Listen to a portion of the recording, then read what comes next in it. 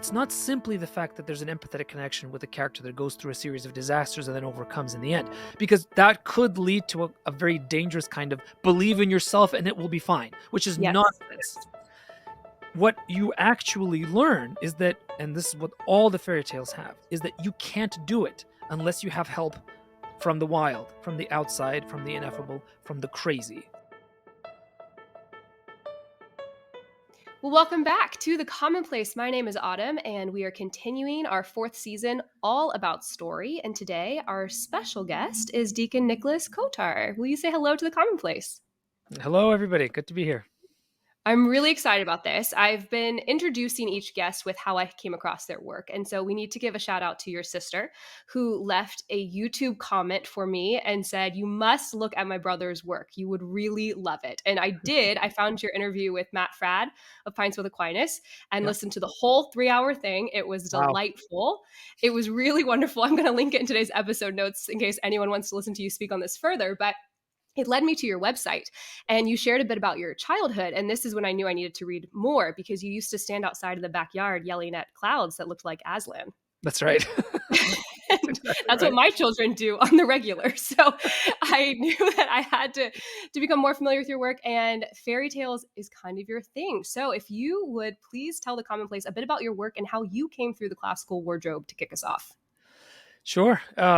Yeah, my work. I mean, it would take a while, but I want to just focus on the first question. But I write fairy tales, and I write epic fantasy inspired by fairy tales, specifically Russian fairy tales, and that's something that I've been doing for years now. And more recently, I've started to delve into the fairy tales themselves and started to tell them without the lens of epic fantasy. So I started out kind of trying to be um, the Tolkien for the Russian world, but in English. That's a whole different conversation that I've actually had with people, but never mind. And now I'm doing more and more work with the stories themselves, which I'm finding to be very exciting. As for how we got through the classical wardrobe, my parents opened up a K through 12 classical Orthodox school in 1994. It was one of the first of its kind in the U.S., and they were involved in the early days of classical education, talking to all the people, going to all the conferences.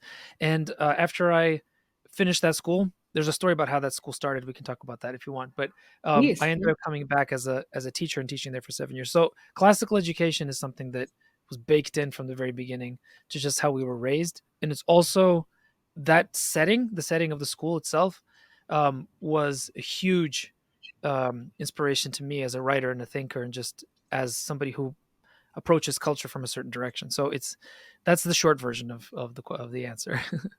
I would actually love to hear about how that school started, because that's part also on your bio that your mom decided to stop herding cats and just opening a classical school would be easier than homeschooling you guys. Yes. And I know a couple of moms that could easily make that jump as well. So if you don't mind sharing, I would actually love to hear about it. Yeah. So we come from Russian stock, and we were raised in such a way as to preserve both of our cultures and our languages. In fact, when we were kids, it was common to hear the parents or the adults talking about, basically, we're living on suitcases. And in all seriousness, the idea that someday we'd all return to a newly resurgent Tsarist Russia was a real consideration amongst the people that I grew up with. So I didn't speak English, even though I was born in San Francisco. I didn't speak English until I was 4 or 5, and that was entirely on purpose. And it didn't affect my ability to learn English. It did affect my ability to retain Russian.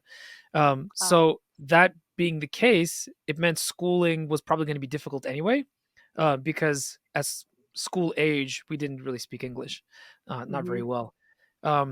Plus, this was not as bad as things are right now, but my parents were always careful about the influence of the wider world. We lived in a kind of a ghetto in San Francisco. It was a place where basically you could get by not speaking any English at all.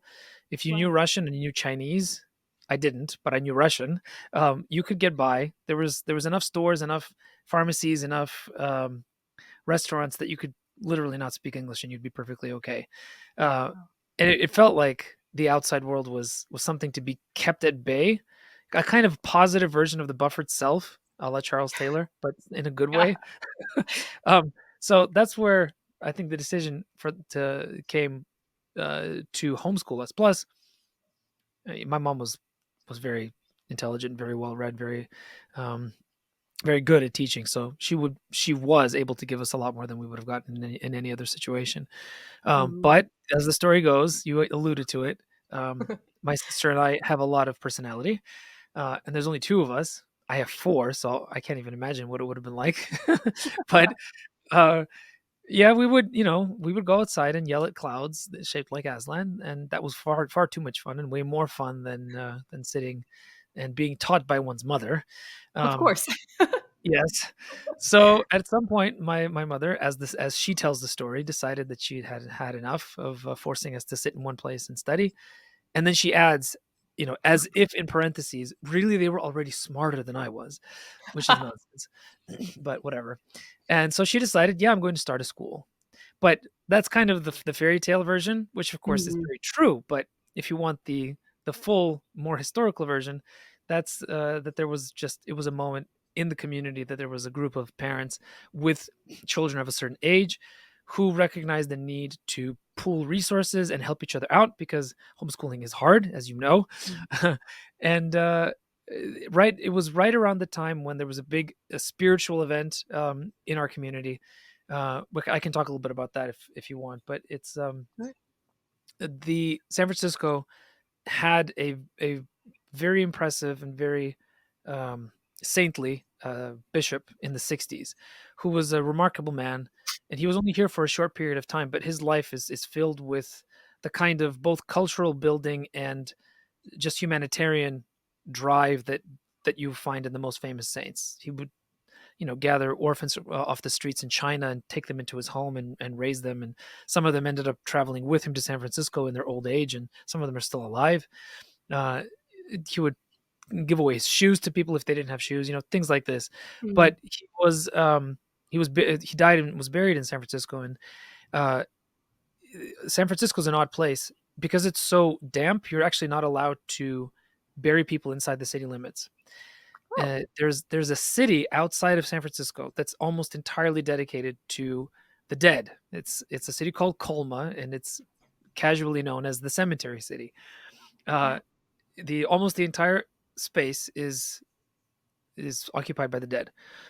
But he received, or rather, the parish received special permission from the city to bury him in a specially prepared sarcophagus in the basement of the church. Mm. Now, there's a point to all this.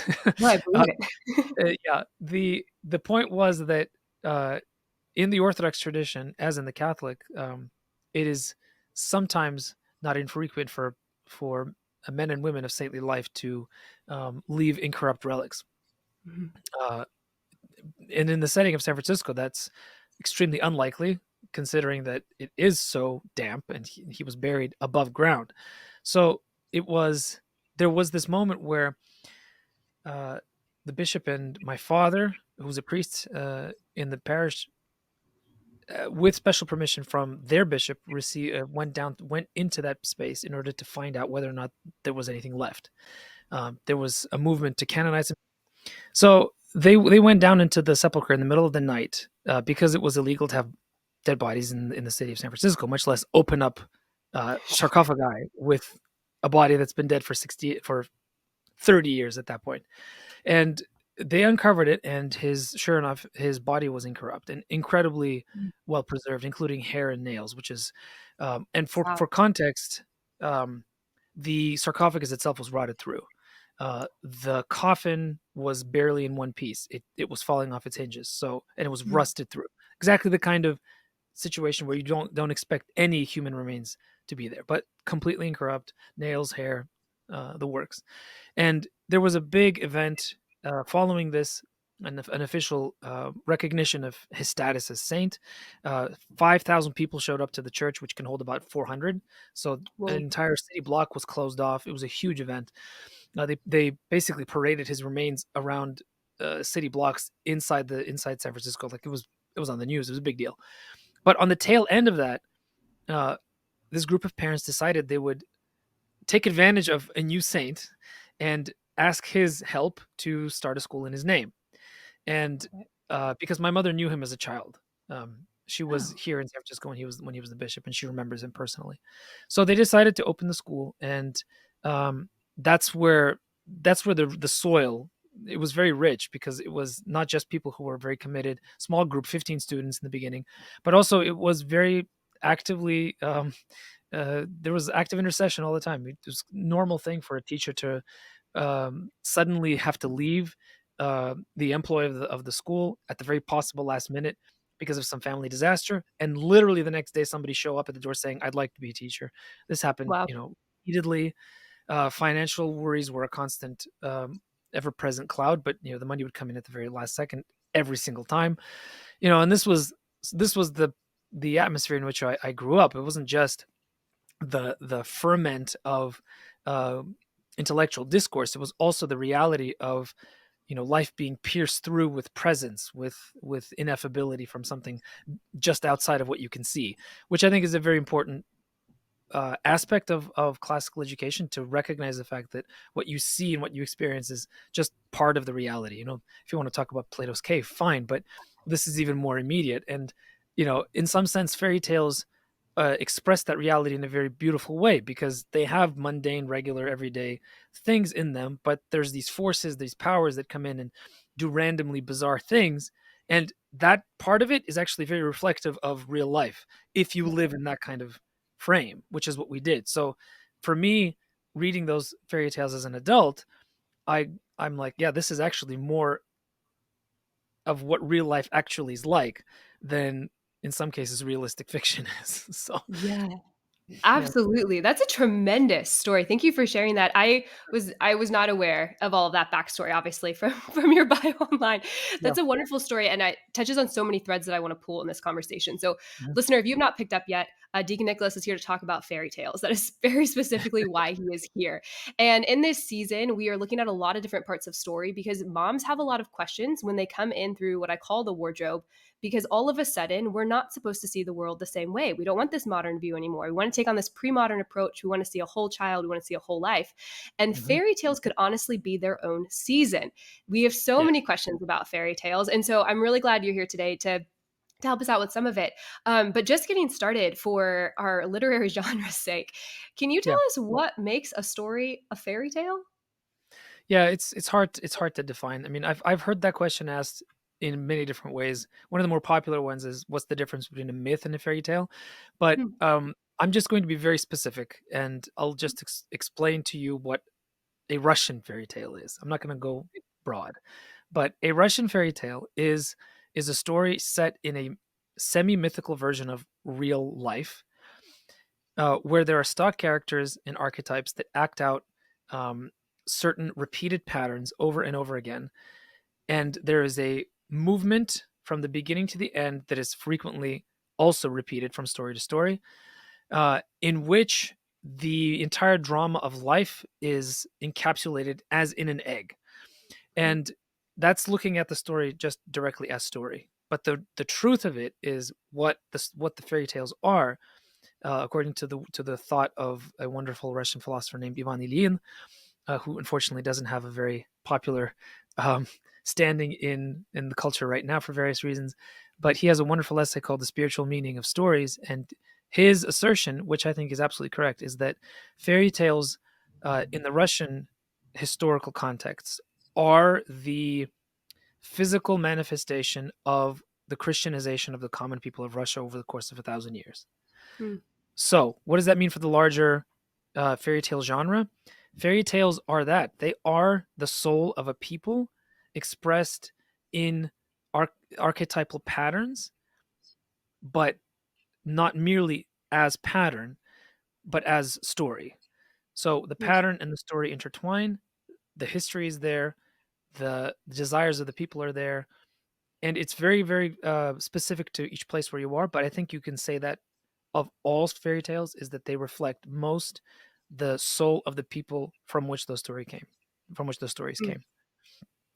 Okay, yes, that's wonderful. I think one thing is I've entered the fairy tale world with my children, not something I grew up in, but something I'm Yeah. learning to do with them, is Hmm. that when you do kind of step back, there is that everyman quality to them.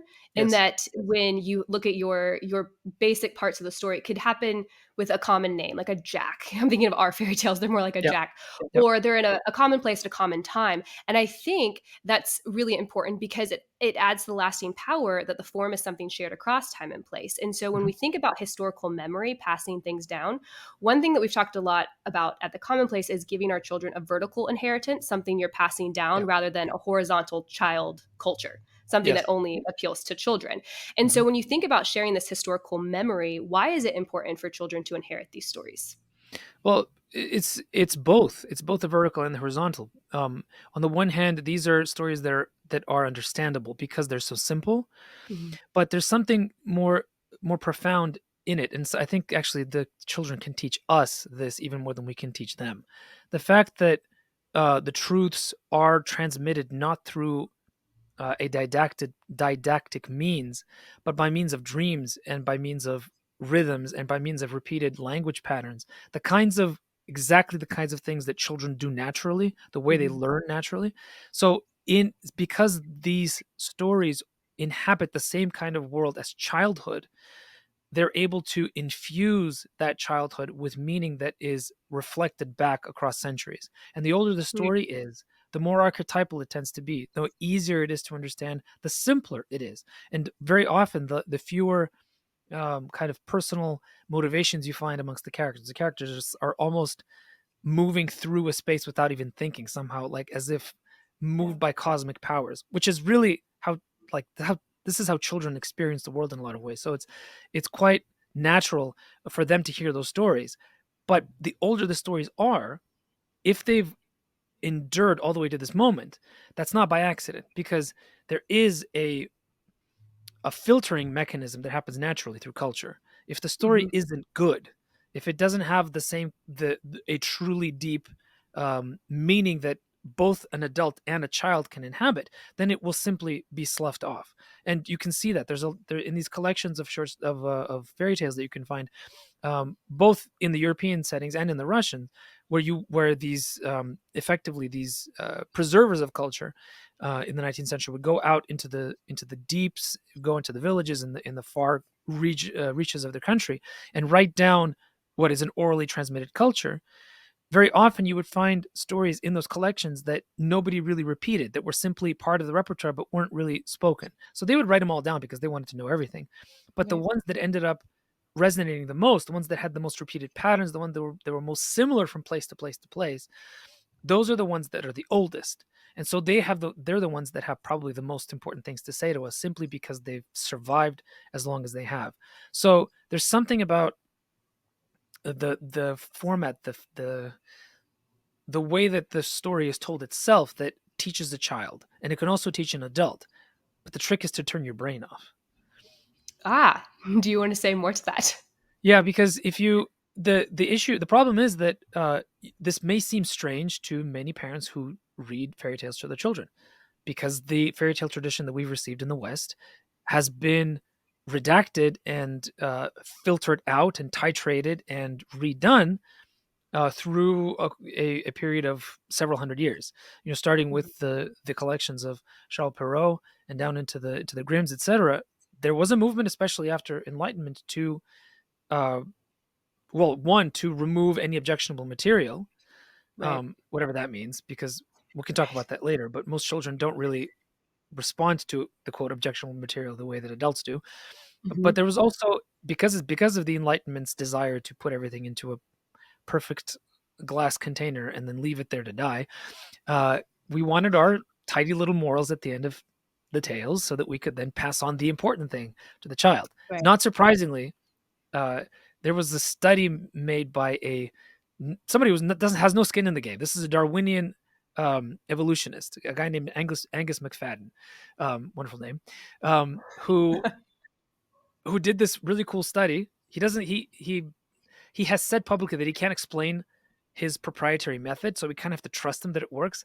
But it involves fMRI MRI machines and scanning children's brains and being able to determine like the activity of pleasure centers and things like this, right? Which generally I'm kind of like, this is not what we're talking about, but fine, let's go with it. Right. Um, for the purposes of argument. And he's actually demonstrated that children enjoy, simply based on brain scans, stories Right. that don't have morals at the end. Hmm. And the ones that have morals, they tend to tune out. Um, so in the West, you have this tradition of fairy tales that are very rationalized, and Hmm. they've come to us in these perfect little jewels, and those jewels are only perfect for the parents. And you give them to the children. The children are like, "That's great, lovely. Give me the Disney version, and Yes. give me the toys." Right? Oops, we've missed something here. While if you go into the Russian tradition, which hasn't had its enlightenment at all, because those stories, they remained with the common people, and any kind of Renaissance or post-Renaissance movement was only in the elite culture, which had no connection to the stories whatsoever. And Hmm. the folk kept their stories all the way to the 20th century. You listen to these stories, they're wild, they're mad. There's all kinds of chaos, there's violence, there's princes being chopped into pieces by their brothers. I mean, it's mad. And if you Yeah. approach it with a purely rationalistic perspective, you are going to say, what possible good can my child receive from this violence? This is simply an expression of a crazy Russian country that's had violence in its history. I don't want my child to have anything to do with this. Right. But you'd be wrong. Mhm. No, you've touched on so many things. I've noticed that when I can note that a fairy tale is probably a really good one is when my children understand it and they take it into Mhm. their play usually. Yep. When I sit around and I'm trying to figure out what exactly is going on and making sure that it's somehow scrubbed well enough for children, that's usually when Mhm. I notice my kids are not paying attention halfway through. The Yep. story never comes out in their play. I don't hear any references to it. But I think that's something in the power of fairy tale is that it's it's really easy to see the virtue and the vice. Like there's not this moral ambiguity when the story is actually told really well, even though to a quick read for a modern parent, you think, this is messy.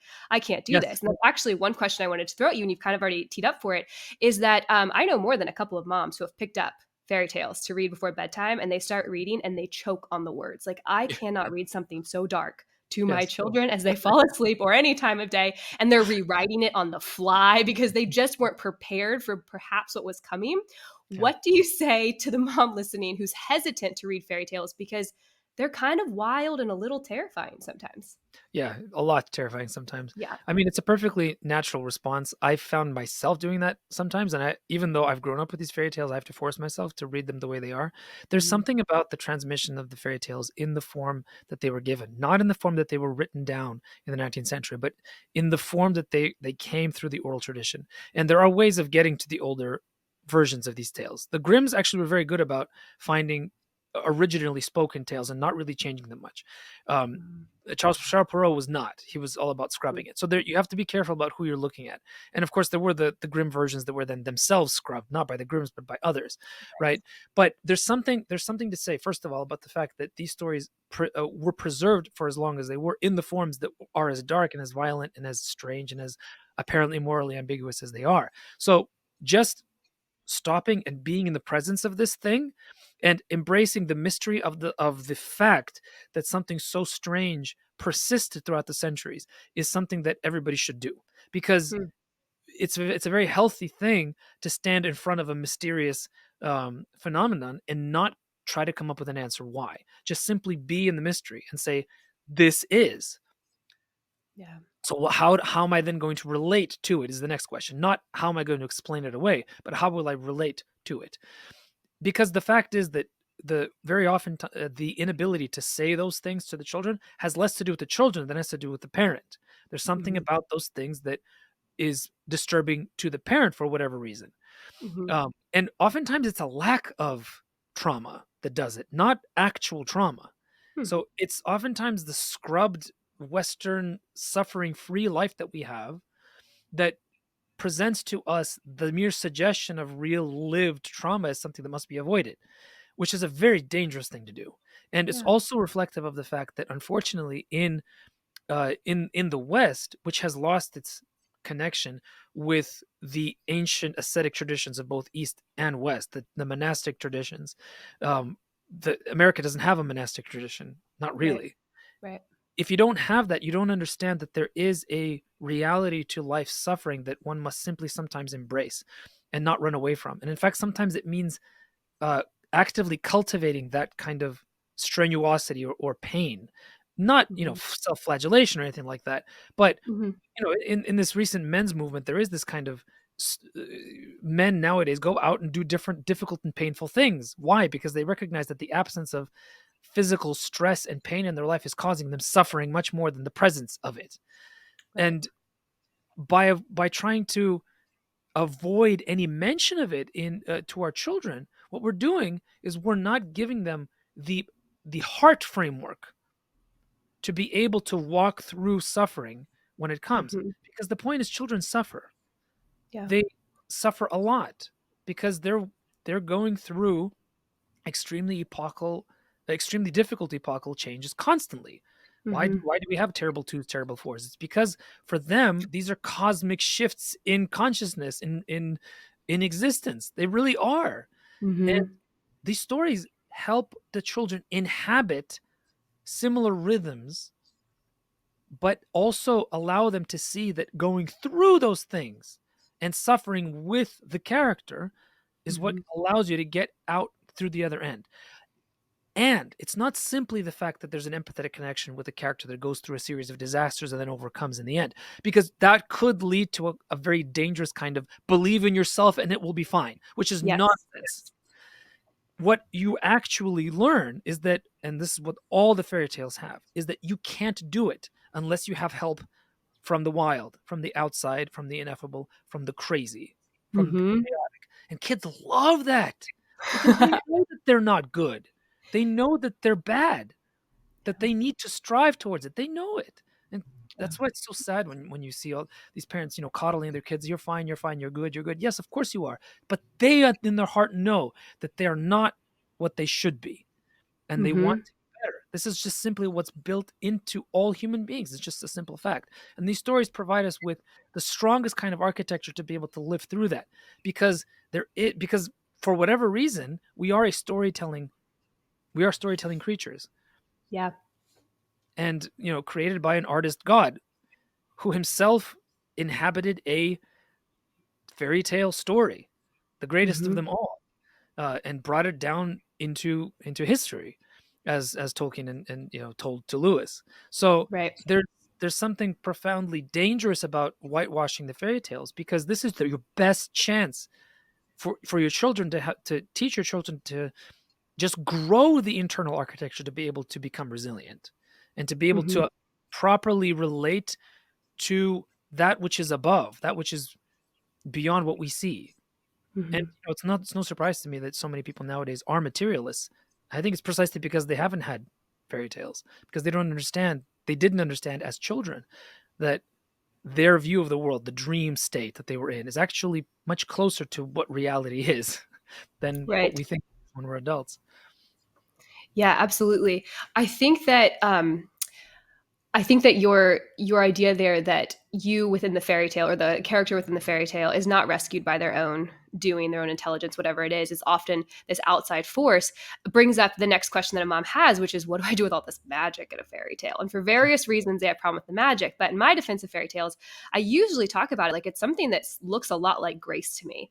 It's Mhm. usually unexpected, it's usually undeserved, and it works in really mysterious, healing ways in a story. So, can you tell us then, kind of jumping off this last one, but why is magic necessary to the fairy tale and to a child's understanding of reality as it is? Yeah, I mean, I think you've already answered it, in large part by using the word grace. It's a very good word, and it's one that's tragically misused in the English language. When people say giving each other grace, is actually not the meaning of the word, and it's unfortunate because there is something about grace being from outside the veil, kind of piercing through, that is very important and is missed in that common usage of that word. But what I would say is this: first of all, you have to understand that these stories, this is what I would say to a parent, these stories have persisted in cultures that have had serious problems with actual magic. Hmm. So in Russia, in Greece, in rural Europe, you always had witches, et cetera, et cetera. This was a never present reality. Okay. And not the fairy tale kind, like actual Right. people who engaged in black magic. This Right. is a historical reality in much of the world. So to think that the church or the cultural elites or the mothers of families would somehow allow for this evil force to slip into stories that are meant for the entire village is strange. Hmm. Just, it's, you have to think about how could that possibly be. Oh, it was the influence of the devil. No, sorry, like this is an entire history's worth of cultural development. It doesn't just happen by accident. So there's something there that we're missing if we're looking at it as, oh, magic is dangerous, because magic was always there, and these stories actually provided for the opposite. People who are raised in stories were raised in stories historically did not all become necromancers. Uh, they all Hmm. became good members of society for the most part. Of course, you have the occasional odd duck, but you Sure. can't avoid that. Um, but so that's the first thing. The second thing is you have to understand that the world of the fairy tale is not the world you see. Mm. And this is very beautifully and very effectively transmitted in the oral culture in Russia, uh, by the storytellers. So every storytelling traditionally would not begin with the story. It would begin with something called a pre-story. Unfortunately, I don't have any good ones in my memory banks. I really need to do that, memorize them, but because they're really wild. Basically, the idea is simple. You have this strange, rhythmic, very vivid, often violent, a lot of wordplay, some of it adult in nature, just collection of random stuff that is not connected to the story. And it is so shocking and so odd as people are trying to listen with their rational ears, trying to make sense of this series of images, this series of bizarre, rhythmically structured sentences, that it ends rather abruptly in the middle of some rather odd image.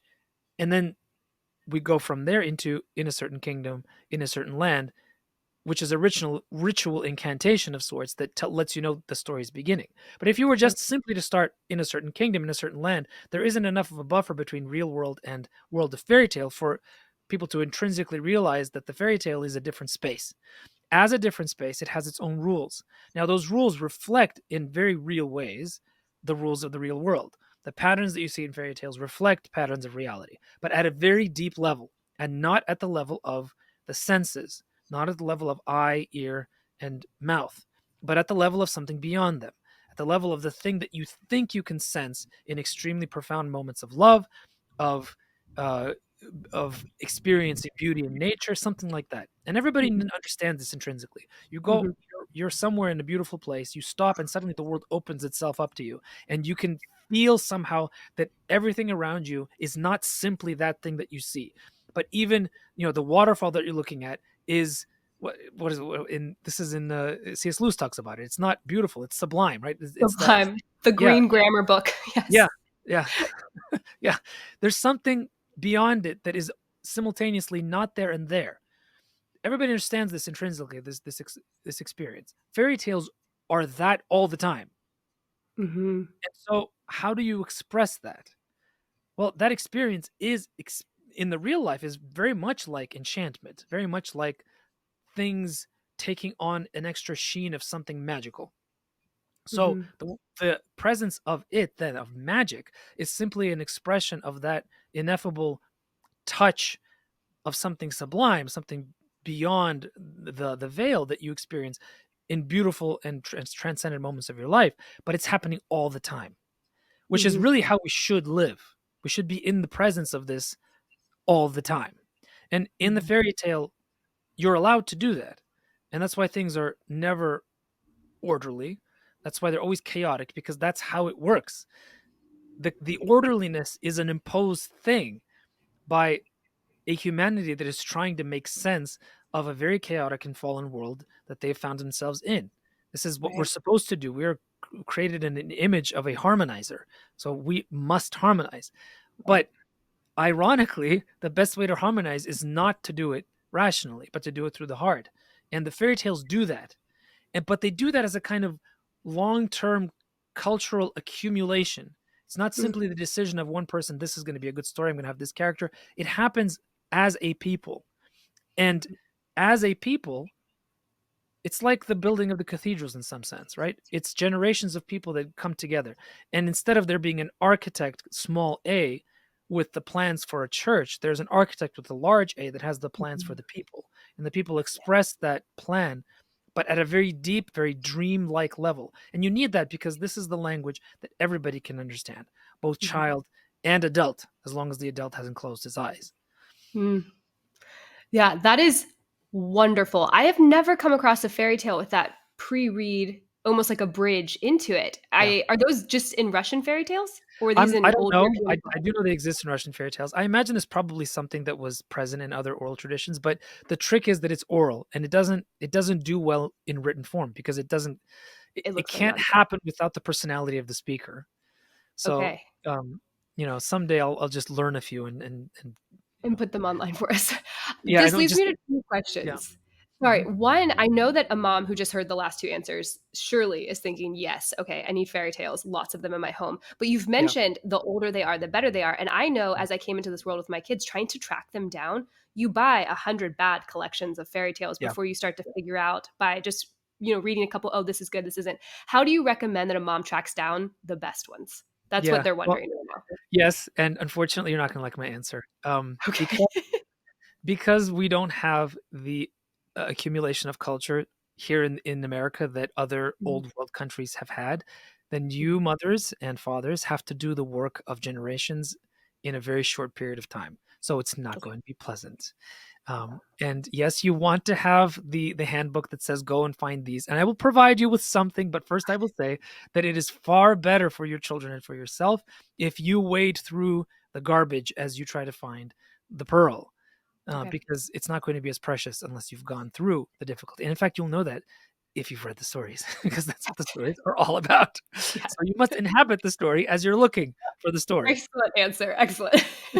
But that being said, uh, I would recommend that you check out Vegan Goroyan's wonderful book on the moral imagination, and the title escapes me at the moment, but I'm It's sure Art. tending the heart of Yes. virtue. And the Yes. second the Okay, very second much. edition, which just came out, has a very reluctant guide at the end in the appendix that tells you some good collections.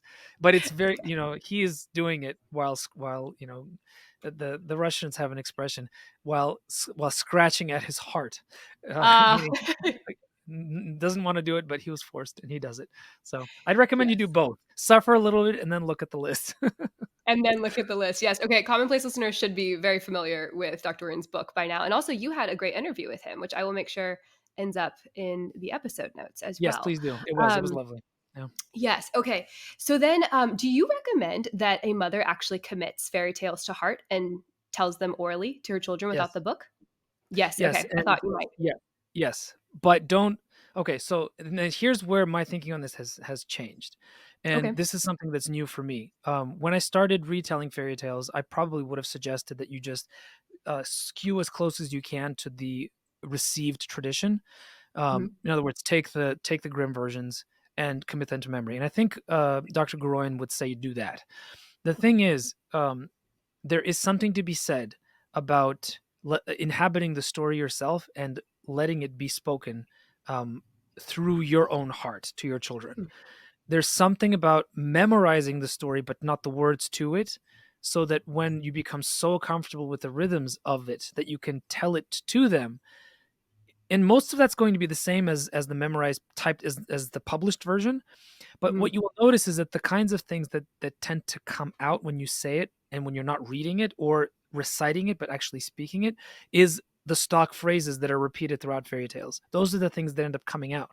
And the interstitial stuff is where you can really add a little bit of your own personality. And there's a back and forth that happens between you and your children when you do this, because their eyes light up at certain things and you lean into that, and it's a really beautiful mhm, thing, because at that point it's an act of communal creation, of creativity, of culture building, that is not you imposing on the children, but creating in community in a very profound way, as probably it was done for centuries if not millennia.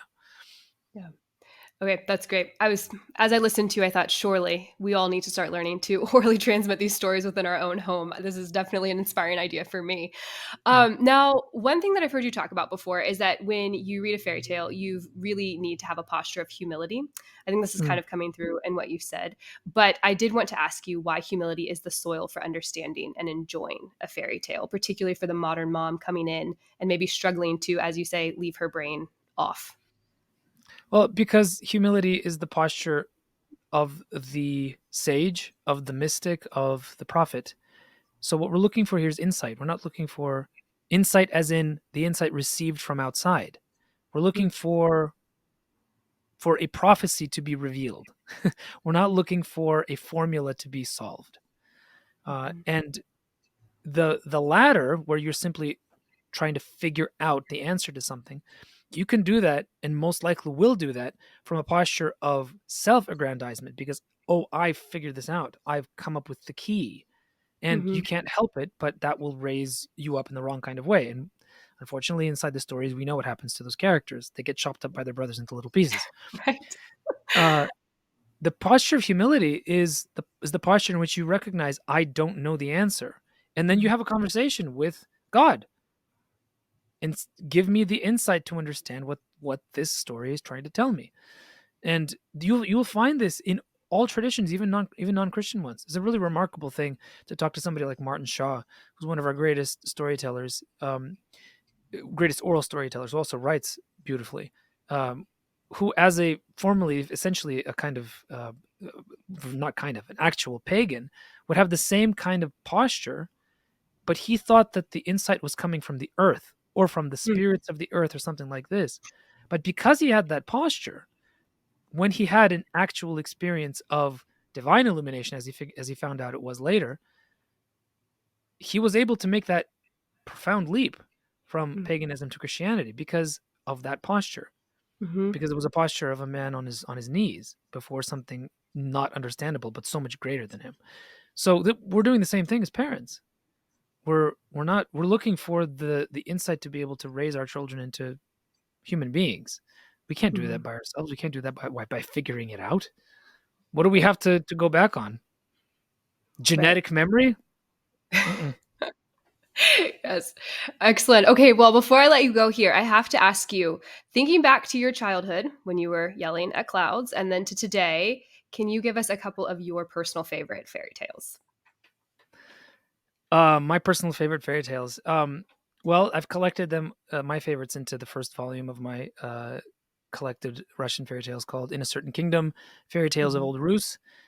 There are wonderful tales. They're starting from Prince Ivan and the Firebird, which many people may have heard, to a version of the Frog Princess, to an absolutely bonkers story about a white duck and a witch and shapeshifters and changelings. Check that book out. It's Definitely. wild. Absolutely. I will make sure that's linked for everyone. You can go and discover his favorite fairy tales along with your children. Now, as you leave us, Deacon Nicholas, will you please let us know where everyone can find you and what projects you have in the works? Because you have quite a few really exciting ones right now. Yeah, just today I announced the return in transfigured form of a podcast that I've had for the past few years that used to be called "In a Certain Kingdom," where I retold uh, Slavic, not only Russian, but it's wider than that, fairy tales with beautiful musical accompaniment by a composer named Natalie Wilson. That has been on hiatus for a while. I actually lost my voice. I had very serious laryngitis for about 6 months last Oh. year.